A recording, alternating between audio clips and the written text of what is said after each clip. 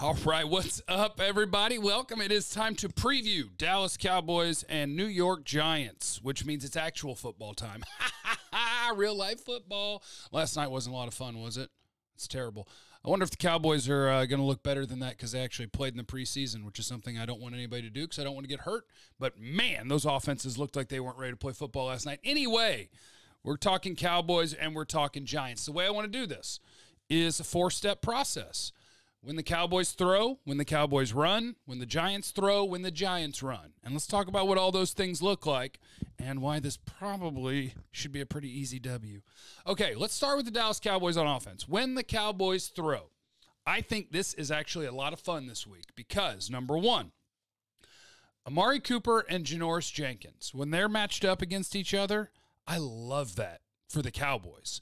So Janoris Jenkins, if you haven't paid attention to the Cowboys, was one of the guys who was like, oh, you know, Dez Bryant was easy to cover because I know exactly what he's going to do in any situation.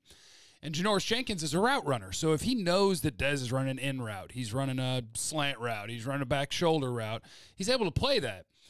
Amari Cooper is one of the premier route runners in all of football, and he's going against a route jumper. I think that is big-time advantage Amari Cooper, who can set guys up with the best of them and make you think on any given play that something else is coming. There's a reason that he wins every one-on-one rep he ever takes in his entire life in training camp, and it's because when he's one-on-one, he knows how to set guys up. He knows the art of playing receiver, and he can make you jump a route that's not what he's running. So I think Janoris Jenkins versus Amari Cooper is a big advantage for Amari Cooper. Same with rookie DeAndre Baker out of Georgia, their first-round pick for the Giants. If he's covering Amari Cooper, he was my number one corner in the draft. I'm a big DeAndre Baker guy. I love him. I love the toughness. I love how physical he is, how tough he makes it on guys to get off the line of scrimmage. But he ain't stopping Amari Cooper from getting off the line of scrimmage. You know, and I don't know if he has, especially as a rookie, just the ability to mirror Amari Cooper. Now, Gallup versus DeAndre Baker, that's a matchup that I think is fun because those two are both kind of physical, mix it up, coming off the line sort of players. So that one's fun to me. When the Dallas Cowboys throw the ball, it's advantage Dallas Cowboys because the other part of this is when you throw the ball, sure, we talk about the receivers versus the DBs, but let's talk about the pocket that you're throwing from. For Dak Prescott, the Giants have zero good pass rushers. This has got to be the thing that if you're a Giants fan really worries you. So their defensive line, Dalvin Tomlinson, he's a good player. He's more of a nose tackle type, more of a run stopper, super big, strong, physical guy. B.J. Hill, I kind of view him the same way. He's kind of a run stuffer. You're not going to get a ton of pass rush out of him. And then their first-round pick, Dexter Lawrence out of Clemson. Now, he's got some athletic traits to affect the pocket, but he's also a 340-pound guy where, you know, he's more of a run stuffer. Now, he's a fun athlete, and maybe he can develop into being a good NFL pass rusher, but at the moment, I don't think they have one. I don't think they have anybody that's going to consistently affect the pocket against the Cowboys' offensive line and Dak. So when the Cowboys throw the ball, I expect it to go really well for the Cowboys. When the Cowboys run the ball, this is the one that I think is a more interesting challenge. For the Cowboys, even without Zeke, so far so good in the preseason. When Tony Pollard's been taking the ball, the results have been pretty good. Those same guys that I mentioned for the Giants, Dalvin Tomlinson, Dexter Lawrence, B.J. Hill, that is a formidable group of guys to try to push around in the run game. But I also don't think their linebackers are good. Yeah, and I promise you, the game previews won't go this way every week because I don't do homerism.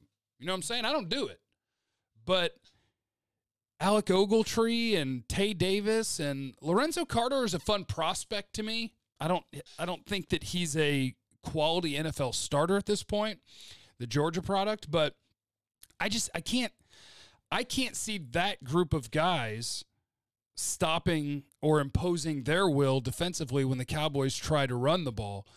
Jabril Peppers is interesting. He's a fun guy now that they finally got him in the strong safety role where he's playing near the line of scrimmage and you just let him kind of chase the ball. You don't really want him in coverage, but as a chase the ball guy, he's a fun athlete. So when the Cowboys run, it's advantage Cowboys. When the Cowboys pass, it's advantage Cowboys. It's advantage Cowboys offense against the Giants defense. The end, okay? Now, let's move on. When the Giants throw, Evan Ingram is the interesting name here. The Giants aren't going to be better than they were a year ago because they lost Odell Beckham. Eli Manning's numbers with and without Odell Beckham is night and day. You know, he's a league average to maybe slightly above league average player with Odell Beckham. When Odell Beckham doesn't play, he's awful. So you got 16 of them this year without him. So how does it look when it's Sterling Shepard and Evan Ingram that are your primary two guys, at least until Golden Tate gets back? He won't be in this game, obviously. It'll be interesting to see how they defend Evan Ingram, because I think for the Cowboys, that's the guy that you key on, because he's the guy that they want to be that mismatch weapon, sort of that oversized receiver, detached tight end, whatever you want to call him, that runs a 4-4. So it'll be a combination of things. You know, the Cowboys, I believe last year were about a 50-50 zone versus man team. So sometimes it'll be guys dropping like Van Der Esch and Jalen Smith. Sometimes you may draw coverage from a slot corner with Anthony Brown. Sometimes you may see Jeff Heath or Xavier Woods being the guy that covers him. But Evan Ingram, Sterling Shepard, the other names that I think are going to start for them at wide receiver are Cody Latimer and Benny Fowler. And I know that they played pretty well in the preseason. I think offensively, every time I watched Daniel Jones play, they were able to move the ball pretty well. But I like what I've seen out of the Cowboys secondary in camp and in the preseason. So when the Giants throw, again, advantage Cowboys. I also think this new offensive line of the Giants, where they're trying to upgrade, they've got Nate Solder there at left tackle. They brought in Mike Remmers to play right tackle. They brought in Kevin Zeitler to play right guard. They put a lot of resources into it. It'll be a good test to see how well they're able to protect, how well they're able to run block. But I do like the chances of DeMarcus Lawrence and company getting home on Eli Manning and really affecting his pocket. So when the Giants throw, I think it's advantage Cowboys.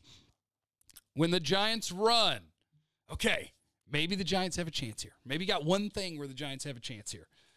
Saquon Barkley home runs. That's the only thing that, as someone who wants to see the Cowboys do well, I'm careful not to say Cowboy fan. I do want to see them do well. It's good for business. I grew up here. I'm a Cowboy fan, whatever. I was trying to be super, impartial as a media. I am a Cowboy fan. I want them to win, but I'm also honest about the team. So when they're terrible, I'm going to tell you how terrible they are. Saquon home runs. That's what's going to matter in this game. How improved is that offensive line? And how many big plays can Saquon pop? Because last year, as a running team, when you look at Saquon's numbers on the year, you say, what an incredible year. Holy cow, he ran the ball great. The numbers say that because of the number of times that when there was really nothing there, through great individual athleticism and effort, Saquon made giant plays to bring that average up to 5 yards per carry. They have a lot of plays that aren't big gains, that aren't helping them get to second and short or third and short. So how does the Cowboys defensive line stack up against that Giants offensive line, and how well do they tackle? It's going to be big for guys like Jeff Heath, Leighton Van Der Esch, Jalen Smith, Sean Lee when he's in the game. How well can you corral one of the toughest guys to corral in the NFL in Saquon Barkley? So when the Giants run, this one's tough because Antoine Woods looks better than he did a year ago for the Cowboys. Malik Collins is healthy for the first time and going to be an awesome player. So I'm actually going to say when the Giants run, push. And maybe advantage Cowboys. Saquon's an incredible player, but I think that this defensive line is going to be really stout against the run. I think with that linebacker group able to fly around, it's going to be able to limit the amount of times that Saquon can make a bunch of guys miss and break off 10 or 20-yard runs. So I'm going to say when the Cowboys pass, it's advantage Cowboys. When the Cowboys run, it's advantage Cowboys. When the Giants pass, it's advantage Cowboys. And when the Giants run, it's advantage Cowboys. Cowboys should win this game, and they should probably win it by 7 or more. So let's get ready for some real football this weekend, and we'll make sure we do this weekly. That is your preview of Cowboys-Giants. What's your favorite matchup to watch in this game? Leave it in the comments. Please follow me on Twitter, subscribe to the channel here on the YouTube, and always check 1053thefan.com for your very latest on everything having to do with your DFW sports teams. Love you.